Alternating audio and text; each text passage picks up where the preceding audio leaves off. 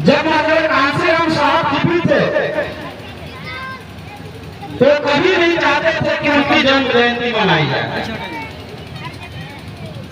एक बार की घटना है, दिल्ली में जो आज करोल बाग ऑफिस है, कार्यालय है उनका, केंद्रीय कार्यालय, वहां पे थे और जो वाम से बसपा के कार्यकर्ता थे, सभी कार्यकर्ताओं ने माननीय कांसीराम साहब की जन्म जयंती का कार्यक्रम रखा। तो माननीय कांसीराम साहब ने उनको अपनी जयंती का कार्यक्रम मनाने से मना किया। तो बसपा के कार्यकर्ताओं ने माननीय कांसीराम साहब को कहा कि साहब आपने इतना बड़ा त्याग किया है, आपने घर नहीं बसाया, आपने परिवार नहीं बसाया, तो कम से कम हमें इतनी भी इजाजत दीजिए कि हम आपका जन्म जयंती मना सके। तो माननीय कांसीराम साहब ने कहा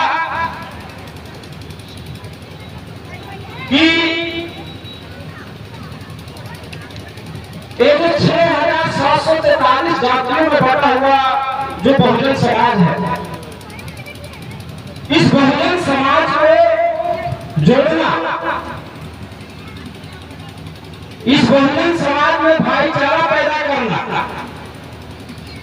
और इस बहुजन समाज को इस देश का शासक बनाना, ये मेरे जीवन का मकसद है। अगर आप लोग मेरी जयंती मनाना ही चाहते हैं तो बहुजन समाज समीक्षा दिवस के रूप में मनाएं और मेरी जयंती के दिन आप इस बात की समीक्षा कीजिए कि जो कार्य मैंने आपको दिया है बहुजन समाज बनाने का, 6,743 जातियों में बटे हुए समाज को जोड़ने का, उस कार्य को आप कितना कर पाए? 6,000 जातियों को जोड़ना है तो क्या आपने 6 जातियां भी जोड़ा? 6 जातियां आप जोड़ पाए? इस बात की समीक्षा कीजिए। बाबा साहब अम्बेडकर चाहते थे कि हजारों वर्ष की गुलामी की जंजीरों से जकड़ा हुआ यह समाज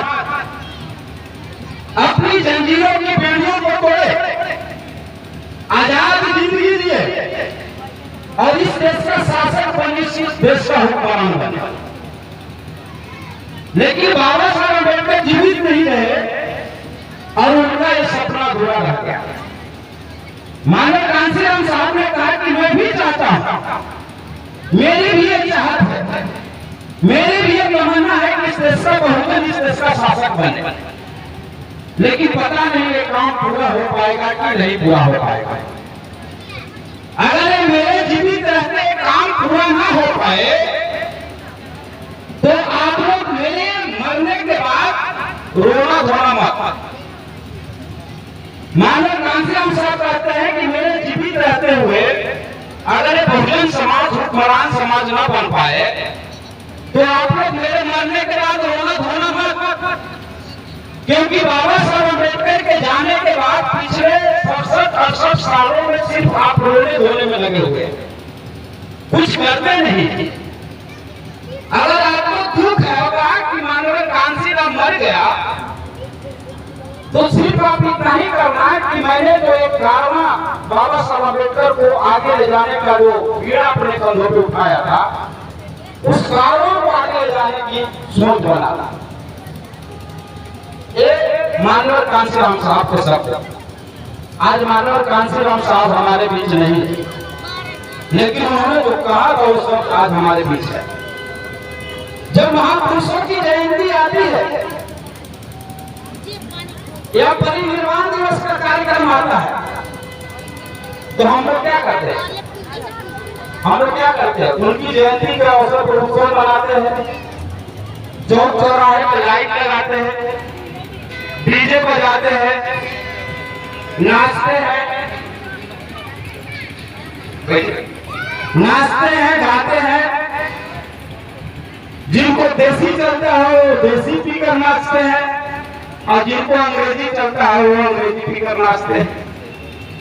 इससे तो ज्यादा कुछ करते नहीं। तो माननीय कांसीराम साहब ने कहा कि बाबा साहब अम्बेडकर की चाहत थी कि इस देश का बहुजन इस देश का शासक बने, इस देश का हुक्मरान बने, लेकिन बाबा साहब अम्बेडकर का वो सपना पूरा नहीं हो पाया। बाबा साहब अम्बेडकर ने ये एक लाइन से मैं अपनी बात को आगे बढ़ाऊंगा। 18 मार्च 1956 को बाबा साहब अम्बेडकर ने आगरा के रामलीला मैदान में अपनी पीड़ा व्यक्त किया था, अपनी दर्द व्यक्त किया। वो दर्द क्या था बाबा साहब अम्बेडकर का? बाबा साहब अम्बेडकर ने कहा था कि हृदय विदारक अपमानों को सहकर बड़े ही मुश्किलों से मैंने इस कारवां को इस मंजिल तक लाया। फिर मेरे भाई हो सके तो इस कारवां को आगे लेकर जाना, अगर आगे न ले जा सके तो किसी भी कीमत पर इसे पीछे मत जाने। बाबा साहब अम्बेडकर 18 मार्च 1956 को ये सब कहे थे, लेकिन बाबा साहब अम्बेडकर के गुजर जाने के बाद कभी हम लोगों ने इस बात की समीक्षा किया, कभी इस बात की चिंतन किया कि बाबा साहब अम्बेडकर जिस कारवां को आगे ले जाने की बात कर रहे थे, आखिर वो कारवां था क्या? बाबा साहब अम्बेडकर का कौन सा कारवां था जिसे आगे ले जाने की बात बाबा साहब अम्बेडकर कर रहे थे? जब मैंने इस पर व्यक्तिगत रूप से चिंतन किया तो मुझे बाबा साहब अम्बेडकर के 3 कारवां नजर आए। पहला कारवां था बाबा साहब अम्बेडकर का लोकतंत्र। लोकतंत्र यानी वोट का अधिकार। बाबा साहब अम्बेडकर ने हमें वोट का अधिकार दिया, लेकिन जो वोट तंत्र था वो आज धन तंत्र में बदल गया। वोट तंत्र जो था वो आज क्या हो गया है? वो धन तंत्र में बदल गया। बाबा साहब ने हमें वोट का अधिकार इसलिए दिया था कि हम इस वोट का उपयोग करके हमें अपने समाज को शासक बनाना। लेकिन आज वोट जिसकी ज्यादा है उसकी हुकूमत है, या जिसका पास वोट ज्यादा उसकी हुकूमत है। हुकूमत किसकी है? इस देश में सत्ता किसकी है? जिसके पास वोट ज्यादा है उसका, या जिसके पास वोट ज्यादा है उसका? नोट वाले की सत्ता है कि वोट वाले की सत्ता है?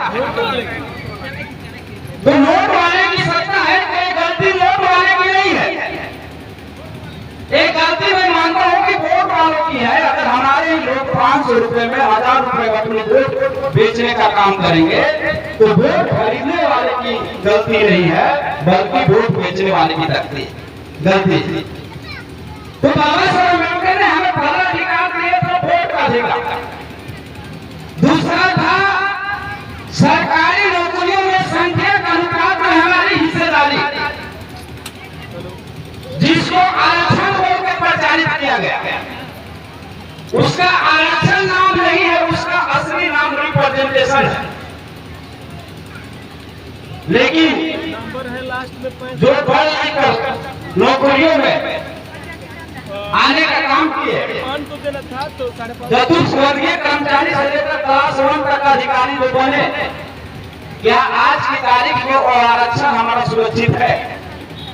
उस आरक्षण को हम बता पा रहे हैं? आरक्षण आने वाले 15-20 सालों में 0 हो जाएगा, खत्म हो जाएगा, खत्म हो गया। तीसरा था विधानसभाओं और लोकसभाओं में संख्या के अनुपात में हिस्सेदारी। शेड्यूल कास्ट के, शेड्यूल ट्राइब के 131 मेंबर का पार्लियामेंट चुनकर जाते हैं संविधान के अनुच्छेद 330 और 332 के तहत।